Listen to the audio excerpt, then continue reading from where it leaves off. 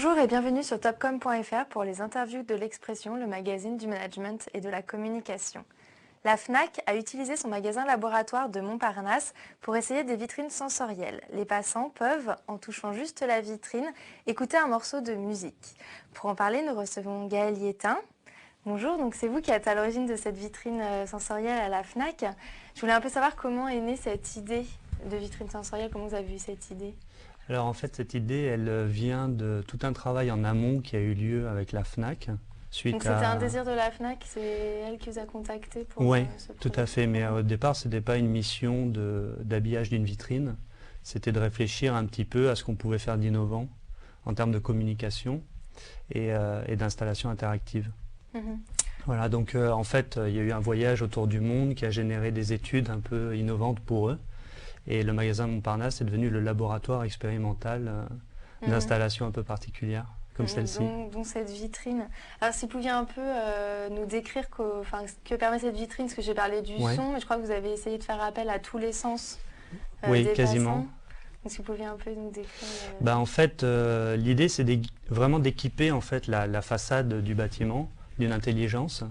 Donc elle est capable d'afficher de l'image. Elle est capable de savoir quand on la touche, par exemple. Elle peut aussi voir le déplacement des passants dans la rue et également diffuser du son. Donc en fait, l'association de ces composants intégrés à la vitrine permet après, au niveau créatif, de pouvoir générer des comportements et des scénarios comme on le désire. Donc là, typiquement, on avait décidé que quand les passants passent devant la vitrine, ils vont générer des vagues lumineuses. Quand ils vont s'approcher de la vitrine, la vague va grandir pour correspondre à leur taille. Et quand ils vont toucher un des CD, la vague va se mettre à vibrer comme un équaliseur au rythme de la musique. Et ils vont pouvoir donc entendre le son émis par la vitre. Et donc comment ça marche cette vitrine intelligente, le fonctionnement, à quoi c'est dû? C'est des puces Alors il y a plusieurs composants en fait. Il y a une caméra qui filme ce qui se passe dans la rue pour pouvoir générer ces vagues en correspondance avec les mouvements des passants. Il y a un écran LED qui a été entièrement désossé et réintégré derrière la vitre pour pouvoir afficher l'image en fait. Et il y a des vibrations par exemple qui sont un système audio un peu innovant qui permet d'utiliser la vitre en fait comme émetteur de son. Donc c'est elle qui diffuse le son et c'est pas des haut-parleurs. C'est pour ça qu'on appelait ça, on avait marqué en gros toucher la musique, parce que quand vous posez votre main sur la vitre, non seulement vous déclenchez le son, mais en plus vous sentez la vibration du son au travers de la main en fait. Quand vous lâchez, quand vous enlevez votre main, le son s'arrête instantanément. Donc il y a plusieurs typologies de capteurs qui sont capables de récupérer des signaux et d'enclencher à ce moment-là le scénario comme on l'a écrit. Ça marche comme des interrupteurs. Quand est-ce qu'elle a été mise en place Alors elle a été mise en place en décembre dernier. C'est une installation définitive qui est pérenne. Et en fait, évidemment, c'est des installations qui sont très coûteuses. Donc il fallait trouver un modèle économique pour pouvoir financer une installation comme celle-ci. Et il faut savoir que du coup, le principe, c'est que la FNAC loue cet espace à des labels de musique pour qu'ils en fassent la promotion de leurs nouveaux artistes. Donc ça marche un peu comme un panneau de co, mais ça se passe à la FNAC. La FNAC a développé son propre système de communication. Et quel est l'objectif justement de la FNAC sur cette vitrine? La FNAC, c'est toujours de se positionner comme un agitateur culturel, on va dire. C'est ça, c'est d'être innovant et puis aussi, je pense, d'amener la culture dans la rue et d'avoir une interaction avec la rue au niveau de finalement la matière première qu'elle manipule, qui est la culture et là tout particulièrement la musique en fait. Oui, puis c'est vrai qu'on est la FNAC pour exposer en vitrine des CD, c'est pas forcément très beau visuellement, donc d'utiliser les sens comme ça. Voilà, donc là c'était vraiment d'essayer d'avoir une interaction entre le bâtiment et la vie de la rue.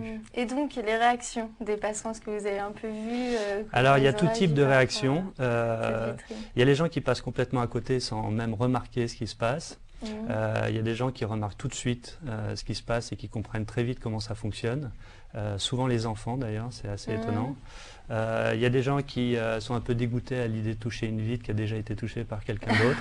Il y a tout un cas de comportement qu'on peut regarder. Moi, des fois, je passe des demi-heures à regarder un peu comment ça marche. Parce qu'on est obligé de regarder un peu comment ça fonctionne, parce qu'entre la théorie et la pratique, dans ces systèmes d'interactivité, c'est pas toujours probant. Donc il faut beaucoup regarder et puis réajuster en fonction des besoins. Et justement, est-ce qu'il y a eu des réajustements? Il y a eu quelques réajustements, entre autres pour... longtemps, on s'est demandé si on touchait juste et puis que le morceau se lançait ou s'il fallait rester la main dessus. Et effectivement, voilà, il faut laisser la main dessus, c'est plus intéressant, ça permet plus d'interaction avec le public. C'est des petits détails qu'on découvre au fur et à mesure. Et vous avez l'impression que les gens, ça touche les gens, cette vitrine quand même? Oui, j'ai remarqué, une fois j'étais devant et puis il y a un couple qui est sorti du magasin Montparnasse et le garçon lui a dit « Ah tiens, viens, il faut que je te fasse voir un truc ». Donc il le connaissait, il l'avait déjà vu et il a amené son ami pour venir regarder. Il y en a d'autres qui savent que la vitrine existe et que les morceaux sont réactualisés tous les 15 jours. Donc ils viennent découvrir naturellement quelles sont les nouveautés. Ce qui est marrant aussi, c'est qu'il y a un clochard qui est juste à côté de la vitrine, c'est son emplacement fétiche. Et il a mis à côté de lui un petit panneau « Merci pour la musique » avec son petit bol. Donc voilà, je trouve que c'est intéressant. C'est vraiment intégré dans la ville. Voilà. Avant, quand on allait écouter un morceau d'un jukebox, on mettait une pièce de 2 francs. Bah là, la pièce, elle va au clochard d'à côté. Voilà, et donc, vous nous aviez dit que ça s'incluait dans un projet plus large, dans ce laboratoire Montparnasse. Qu'est-ce qui est à venir? Qu'est-ce qui est déjà fait peut-être aussi? Alors moi, ce qui m'intéresse tout particulièrement dans cette démarche, c'est de réfléchir justement à ce que j'appelle des dispositifs. Et donc les dispositifs, ça peut être de l'architecture, du mobilier, et de savoir comment on intègre aujourd'hui dans ces dispositifs de l'intelligence au travers de ces capteurs et de ces nouvelles technologies, et comment on déploie justement de nouveaux scénarios d'usage et de nouveaux outils pour les marques. Donc on a fait une autre installation qui est le salon André Hessel au 3e étage de la librairie de Montparnasse, qui est une bibliothèque interactive à l'intérieur de laquelle vous pouvez vous asseoir, et quand vous asseyez dans cette bibliothèque, elle vous raconte des histoires, elle vous parle. Voilà, on a fait plusieurs expérimentations comme ça. Il y avait une idée aussi de faire des cabines d'essayage culturels sur lesquelles on est encore en train de travailler. Voilà, il y a différents projets en cours.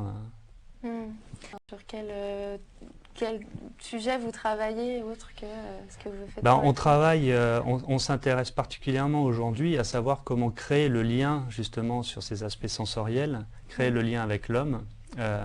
Aujourd'hui, on a tout un tas de techniques en fait, qui nous permettent de décupler nos sens, finalement, que ce soit la vue, l'ouïe, l'image, toutes ces choses-là. Et c'est de savoir comment nous, on va les intégrer dans nos projets d'architecture ou de design de manière sensible pour pas justement agresser ou faire des choses un peu maladroites. Donc on fonctionne un peu comme un laboratoire, c'est-à-dire qu'on recueille au sein de l'agence les nouvelles technologies qui existent et puis on essaie de les manipuler, on les triture, on les casse un peu aussi des fois pour voir jusqu'où on peut aller avec.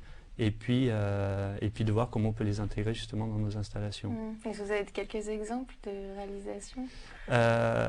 Des exemples de réalisation, on a réalisé une fontaine interactive dans le cœur du centre commercial de Vélizy, qui est en fait une grosse goutte d'eau en ciment, avec une grosse sphère miroir au-dessus, et vous pouvez rentrer en interaction avec cette fontaine. L'eau y est totalement virtuelle et vous avez des contenus vidéo qui sont diffusés dedans. Et l'intérêt de tous ces dispositifs, c'est que les marques peuvent les utiliser pour communiquer avec leur public. Donc à chaque fois, ils ont des petites interfaces dans lesquelles ils peuvent passer des mots en temps réel en fonction de l'actualité du jour ou s'ils ont des choses à dire à leur public. Très bien. Je vous remercie d'avoir accepté notre invitation. Je vous en prie. Au revoir. Au revoir.